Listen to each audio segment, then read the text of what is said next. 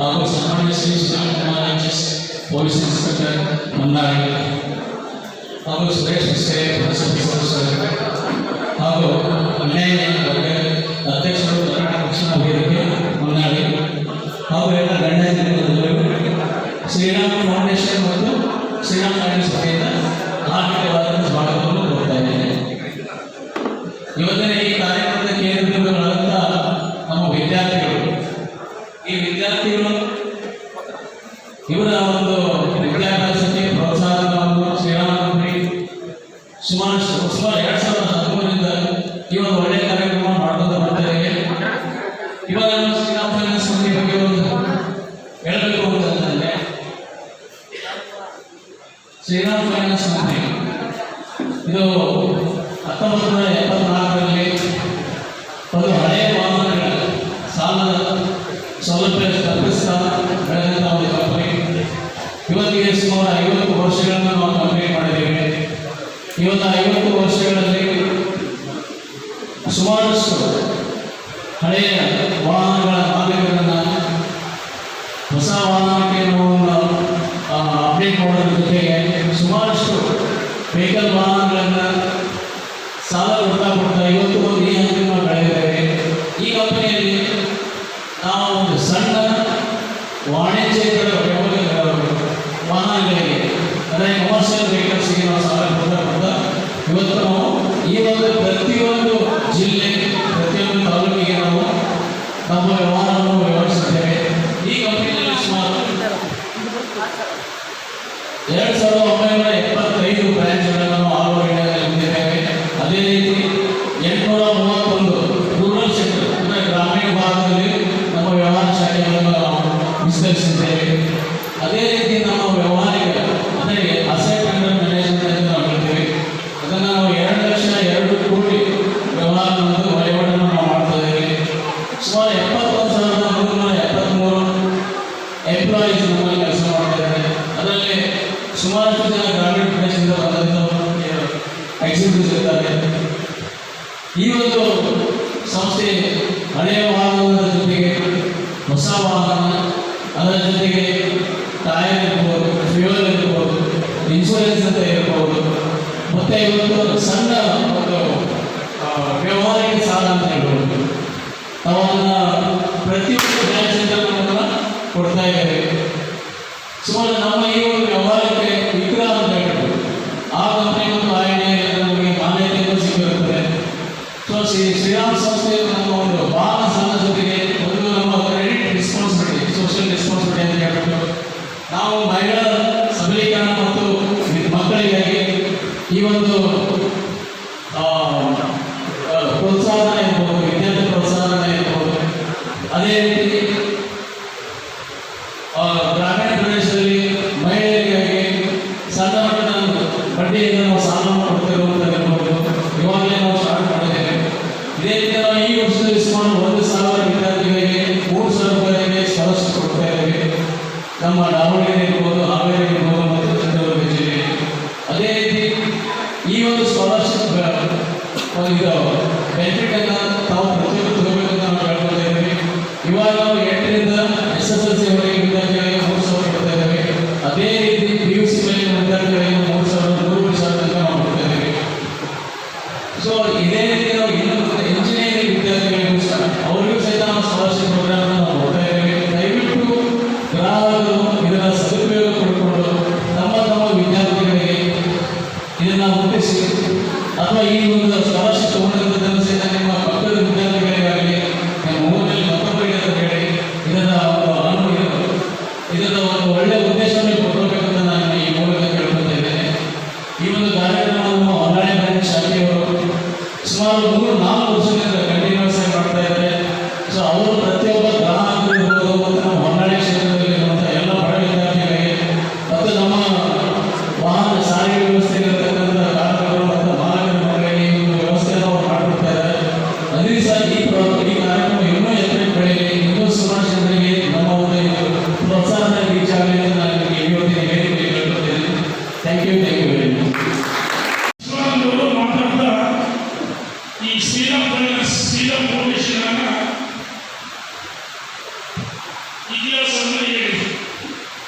ಪ್ರಾಸ್ತಾವಿಕವಾಗಿ 71,370 ಜನರಿಗೆ ಇದು ಆ ಕುಟುಂಬದ ಆ ಕುಟುಂಬ ಸದಸ್ಯರ ರಕ್ಷಣೆ ಮಾಡಕ್ಕೆ ಇಲ್ಲಿ ನೌಕರ ವರ್ಗ ಸಿಬ್ಬಂದಿ ಇವತ್ತು ಸರ್ಕಾರಿ ಕೆಲಸ ಬಹಳ ಕಷ್ಟ. ಒಂದು ಕಾಲದಲ್ಲಿ ಸರ್ಕಾರಿ ಕೆಲಸ ಅಂದ್ರೆ ಹಣ ಕೊಟ್ಟವರಿಗೆ ಸಿಗ್ತಾ ಇತ್ತು ಮತ್ತು ವಿದ್ಯಾರ್ಥಿಗಳು ಮೆಡಿಕಲ್ ಇಂಜಿನಿಯರಿಂಗ್ ಉಳ್ಳವರಿಗೆ ಮಾತ್ರ ಸಿಗ್ತಾ ಇತ್ತು. ಇವತ್ತು ಸರ್ಕಾರದ ಪಾಲಿಸಿಗಳು ಬದಲಾವಣೆಯನ್ನು ಬಹಳ ಶ್ರಮವಾಗಿದೆ.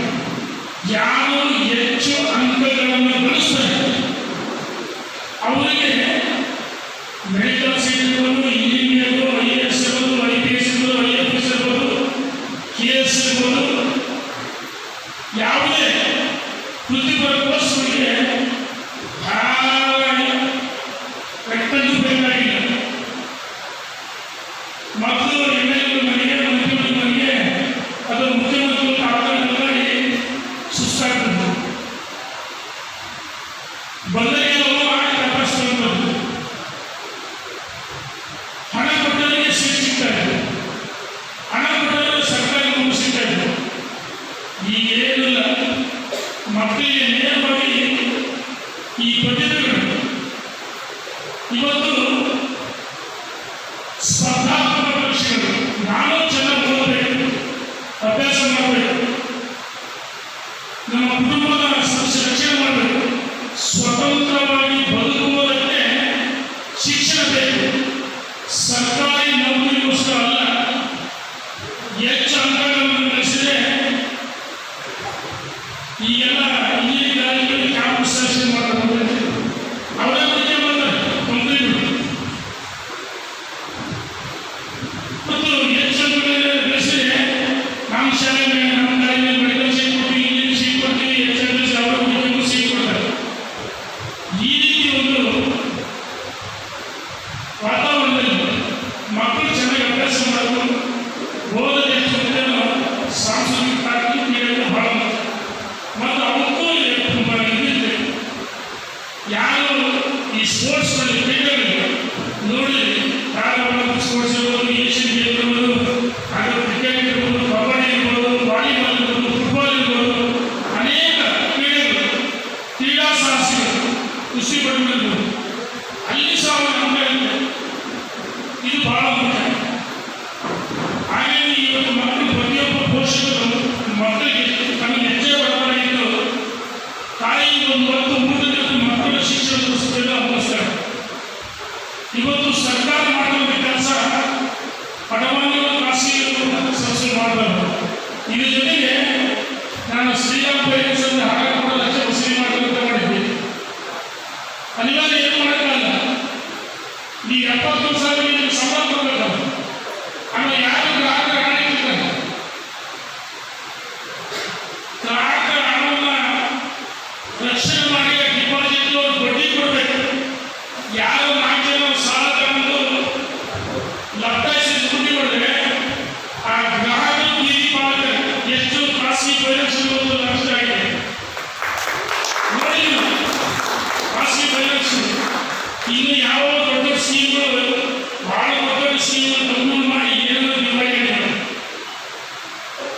ನನಗೆ ಬಹಳ ಸಂತೋಷ. ನಾನು ಫೈನಾನ್ಸ್ ಏನು ಮಾಡಬೇಕು, ದುಡ್ಡು ವಸೂಲಿ ಮಾಡಿದೆ ಕಟ್ಟಬೇಕಾದ್ರೆ ಕಟ್ಟರಿಗೆ ಪಟ್ಟಿ ಹಾಕಿದ್ರೆ ಏನು ಮಾಡೋಕ್ಕಾಗಲ್ಲ.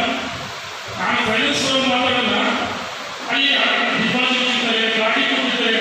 ಇವತ್ತು ಕಾರು ತಗೋಬೇಕಂದ್ರೆ ನನಗೆ 3 ಕಾರು ಸರ್, ನನಗೆ ಬ್ಯಾಂಕಿನಲ್ಲಿ ಕಾಲ್ ಮಾಡಿದ್ದ ಫೈನಾನ್ಸ್ ಮಾಡ್ತೀನಿ, ನೀವು ಉಪಯೋಗಿಸಿದ ಗಾಡಿ ಮೇಲೆ ಲೋನ್ ಕೊಡ್ತಿದ್ದಾರೆ ಅಂದರೆ ಮನೆ ಬಾಗಿಲಿಗೆ ಲೋನ್ ಕೊಡ್ತಾರೆ ಅಂತ ಕೆಲಸ ಮಾಡ್ತಾರೆ.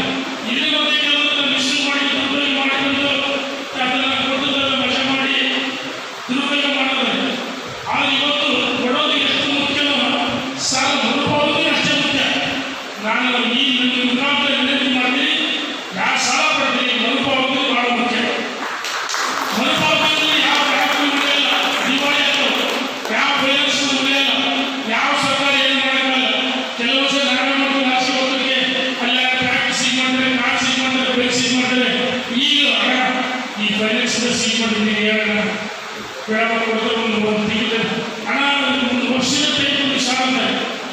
ನಾವೆಲ್ಲ ಅರ್ಥ ಮಾಡ್ಕೋಬೇಕು. ಫೈನಾನ್ಸ್ಗಳು ಬ್ಯಾಂಕ್ಗಳು ಇವತ್ತು ಸಾಲವನ್ನು ಕೊಟ್ಟಲ್ಲ, ಅದನ್ನು ಸದ್ಬಳಕೆ ಮಾಡಿಕೊಂಡ್ರೆ ಖಂಡಿತ ನಿರ್ವಹಣೆ ಆಗಲ್ಲ. ಇದನ್ನು ನಾವು ಅರ್ಥ ಮಾಡ್ಕೋಬೇಕು ಗ್ರಾಹಕರು.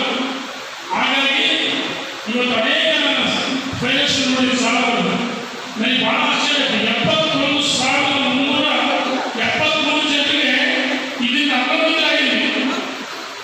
ನಾವು ತಾಯಿ ಅಂತ ಹೇಳ್ತೀವಿ, ಆದರೆ ನಿಮಗೆ ನಿಜವಾದ ದೇವರು ಶ್ರೀರಾಮ್ ಫೈನಾನ್ಸ್. ಶ್ರೀರಾಮ್ ಹೆಸರು ನೋಡಿ, ಹೆಸರಲ್ಲಿ ಶ್ರೀರಾಮ. ನಾನು 25ನೇ ತಾರೀಕು ಭಗವಂತ ಶ್ರೀರಾಮ ಉದ್ಘಾಟನೆ ಮಾಡಿದ್ದೆ. ಇಡೀ ವಿಶ್ವದಲ್ಲಿ ಇವತ್ತು ಸುರಿದು ಸಂಕಲ್ಪಿಸಿದ ಅವರು ಕನಕ್ಷಣ ಅವರು ಜೊತೆ ನುಡಿ ಮಾಡಬೇಕು. ಬಿಟ್ಟು ನಾವು ಒಳಗೆ ನುಗ್ಗಿ ನಮ್ಮನ್ನ ಯಾವ ನಮ್ಮಲ್ಲಿ ಕಲ್ಲನ್ನು ಹೋರಾಟ ಮಾಡಿ ನಾಳೆ ನನ್ನ ಕೇಳಲ್ಲ, ನನ್ನಲ್ಲಿ ಬಹಳ ಎಫ್ಐಆರ್ ಬರುವುದರಲ್ಲಿ ಸುರಿ. ಇಡೀ ಸ್ಟೇಷನ್ ಅವ್ರ ಕಂಟ್ರೋಲ್ ಇರುತ್ತೆ, CCTV ಇರ್ತವೆ, ಅವ್ರು DC ನೋಡ್ತಿರ್ತಾರೆ.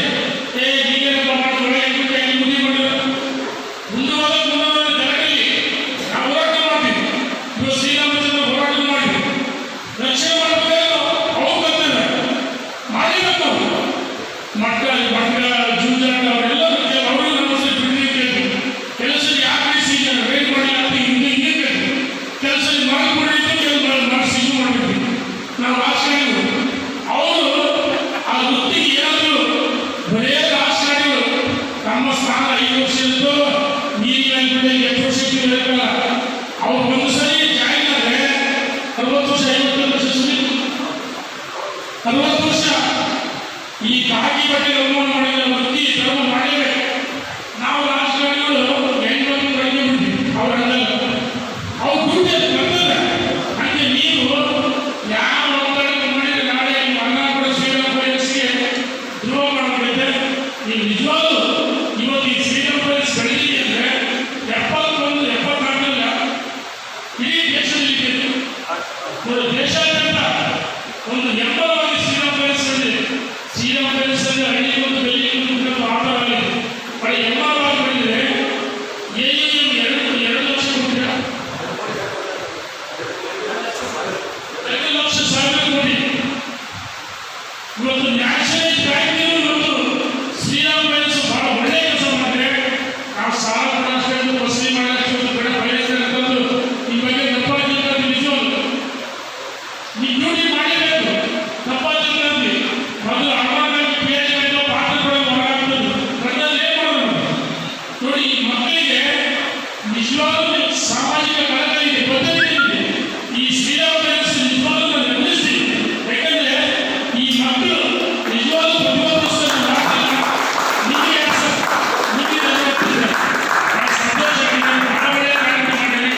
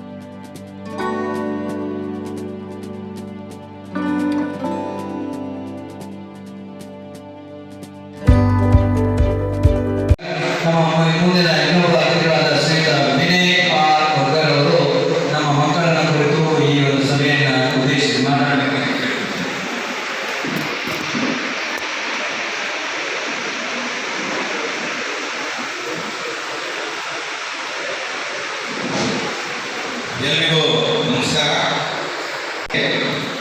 ಸ್ಕಾಲರ್ಶಿಪ್ ಕಾರ್ಯಕ್ರಮ ಹಮ್ಮಿಕೊಂಡಿರುವಂತಹ ಎಲ್ಲ ಈ ಸಂಸ್ಥೆಯ ಮುಖ್ಯಸ್ಥರಿಗೆ ಧನ್ಯವಾದ ಹೇಳ್ತಾ, ಈ ಕಾರ್ಯಕ್ರಮದ ಅಧ್ಯಕ್ಷತೆ ವಹಿಸಿದಂಥ ಶಿವಾನಂದ ಸೌದತ್ತಿ ಆಗ್ತದೆ.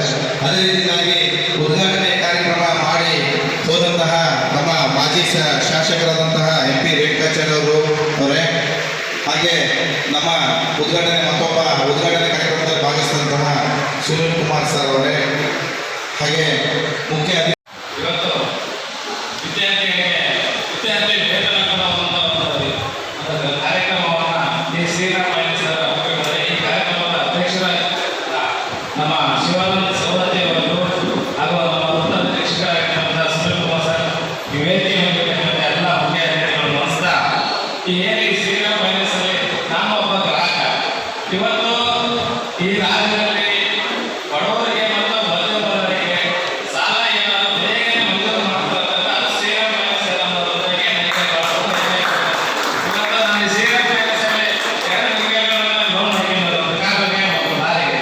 ಇವತ್ತು ಇಲ್ಲಿ ಬ್ಯಾಂಕ್ನಲ್ಲಿ ನಾವು ಲೋನ್ ತೆಗೆದುಕೋಬೇಕಪ್ಪ ಅಂದ್ರೆ ಎಲ್ಲ ದಾಖಲೆಗಳನ್ನು ಕೇಳ್ತಾರೆ. ನಿಮ್ಗೆ ಅದಿಲ್ಲ, ಇದಿಲ್ಲ, ಸಿವಿಲ್ ಇಲ್ಲ, ಅದಿಲ್ಲ ಇದನ್ನ ಕೊಡ್ತಾರೆ ರಾಷ್ಟ್ರೀಕೃತ ಬ್ಯಾಂಕಲ್ಲಿ. ಅದೇ ಇವತ್ತು ಶ್ರೀರಾಮ್ ನಮ್ಮ ಒಂದು ಆಧಾರ್ ಕಾರ್ಡ್ ಮತ್ತೆ ನಮ್ಮ ಒಂದು ಯೂನಿಟ್ನಲ್ಲಿ ನಿಮ್ಮ ಬ್ಯಾಂಕ್ ಏನಿದೆ ಅಂತ ನಿಮ್ಮ ಸ್ಟೇಟ್ಮೆಂಟ್ ಅಂತ ಆ ಯೂನಿಟ್ ಎನ್ಕ್ವೈರಿ ಮಾಡಿ ವಿತಿನ್ 2-3 ದಿವಸದಲ್ಲಿ ನಿಮಗೆ ಲೋನ್ ಮಂಜೂರು ಮಾಡಬೇಕು ಅಂತ ಒಂದು ವ್ಯವಸ್ಥೆ ಮಾಡಿದ್ದಾರೆ.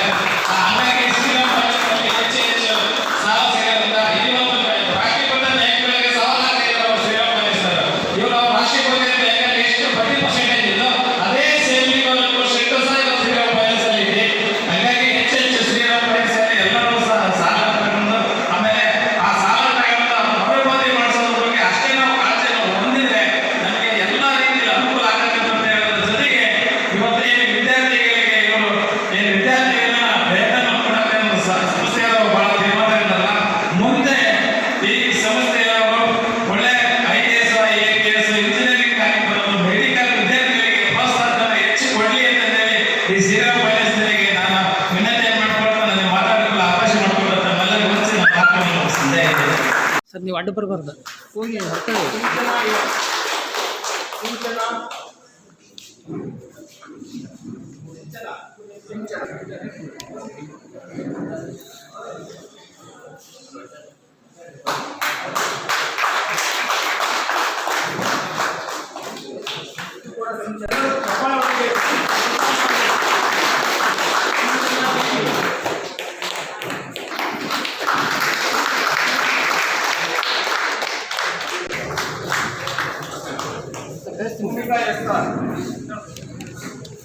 ಅಣ್ಣ ಅಣ್ಣ ಅಣ್ಣ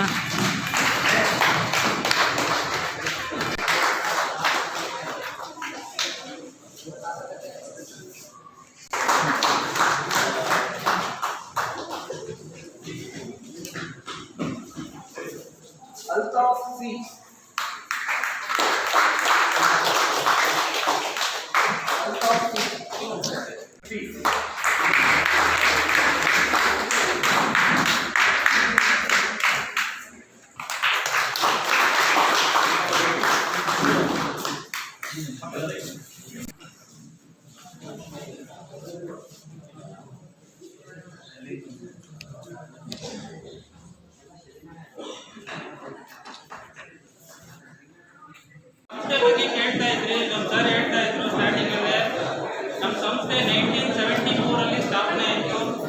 ಅದನ್ನು ಸ್ಥಾಪನೆ ಮಾಡಿದಂಥವರು ಶ್ರೀ ಆರ್ ತ್ಯಾಗರಾಜನವರು. ತ್ಯಾಗರಾಜನವರು ಈ ಸಂಸ್ಥೆನ 1 ಲಕ್ಷದಿಂದ ಸ್ಟಾರ್ಟ್ ಮಾಡಿದ್ರು. ಯಾಕೆಂದರೆ ಅವರೊಬ್ಬರು ಇದಕ್ಕೆ ಯಾಕೆ ವಿಚಾರಗಳು ಹೇಳ್ತಾ ಇದ್ದೀನಿ ಅಂತಂದರೆ, ಇವತ್ತು ಮಕ್ಕಳನ್ನ ಸಂಸ್ಕಾರವಂತನಾಗಿ ಯಾಕೆ ಬೆಳೆಸ್ಬೇಕಂತಂದ್ರೆ ಆ ಪೇರೆಂಟ್ಸ್ಗಳು ಎಲ್ಲಿದ್ದೀರಿ, ನಿಮ್ದೆಲ್ಲ ಕರ್ತವ್ಯ, ಆದ್ಯ ಕರ್ತವ್ಯ ಇದೆ. ಯಾಕೆಂದರೆ ಎಲ್ಲ ಮಕ್ಕಳಿಗೂ ಕೂಡ ಸರ್ಟಿಫಿಕೇಟ್, ಎಜುಕೇಷನ್ ಎಷ್ಟು ಇಂಪಾರ್ಟೆಂಟ್ ಇದೆಯೋ ಸಂಸ್ಕಾರ ಅಷ್ಟೇ ಇಂಪಾರ್ಟೆಂಟ್ ಇರುತ್ತೆ. ಪ್ರತಿಯೊಬ್ಬ ಮಕ್ಕಳಿಗೆ ಆಗಲಿ ಪ್ರತಿಯೊಬ್ಬ ವ್ಯಕ್ತಿಗೆ ಆಗಲಿ ಜೀವನದಲ್ಲಿ ಒಬ್ಬ ಸಂಸ್ಕಾರವಂತ ಆರ್ ತ್ಯಾಗರಾಜನವರು ಇವತ್ತು ಈ ಸಂಸ್ಥೆಯನ್ನು ಕಟ್ಟಿದ್ದಾರೆ.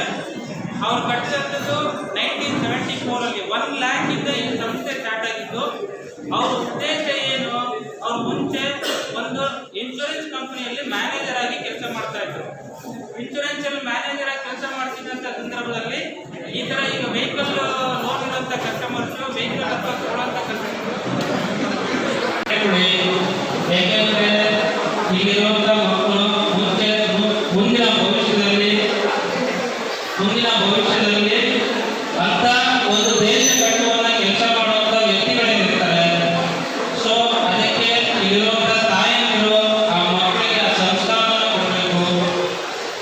ನಮ್ಮ ಸಂಸ್ಥೆಯ ಆರ್ ತ್ಯಾಗರಾಜನ್ ಅವರು 1974 ಈ ಸಂಸ್ಥೆಯನ್ನು ಹುಟ್ಟಾಕಿದ್ರು.